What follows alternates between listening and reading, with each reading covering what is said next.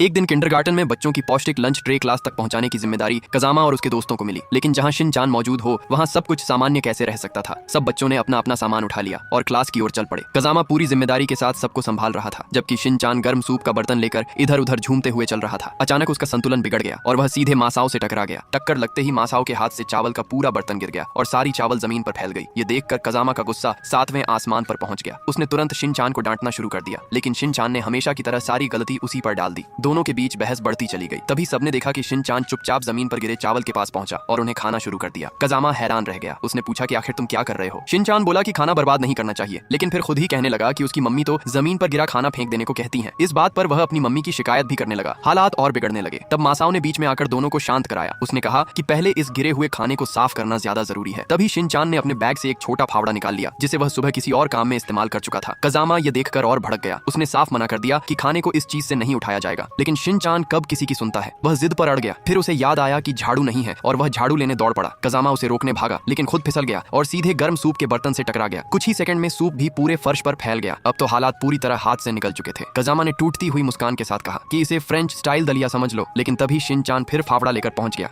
और सूप तथा चावल को एक साथ मिलाने लगा। अब खाना किसी अजीब प्रयोग जैसा दिखने लगा था। कजामा की आखिरी उम्मीद भी खत्म हो गई और वह लगभग पागल होने की स्थिति में पहुंच गया। उसने बाकी बच्चों को मदद लाने भेज दिया। उधर शिनचान और उसके दोस्त बाहर निकले तो रास्ते में उन्हें खाना पहुंचाने वाली टीचर मिल गई। टीचर ने बताया कि अतिरिक्त लंच पहले से मौजूद है और सब समस्या आसानी से हल हो सकती है। लेकिन इधर कजामा को इसकी कोई खबर नहीं थी। वह अकेला बैठा भविष्य की कल्पनाएं कर रहा था। उसे लग रहा था कि चाहे वह बड़ा होकर स्कूल जाए, कॉलेज जाए, शादी कर ले, दादा बन जाए या फिर बूढ़ा हो जाए, हर जगह लोग उससे यही पूछेंगे कि उसने आखिर लंच का क्या हाल कर दिया था। बेचारा कजामा इतना डर गया कि खुद को बचाने के लिए एक झूठी कहानी बनाने लगा और दावा करने लगा कि रास्ते में डाकुओं ने हमला कर दिया था। उन्होंने सारा खाना लूट लिया और यहाँ तक कि उसके कपड़े भी छीन लिए। यहीं से शुरू हुई कजामा की सबसे शर्मनाक और मजेदार कहानी।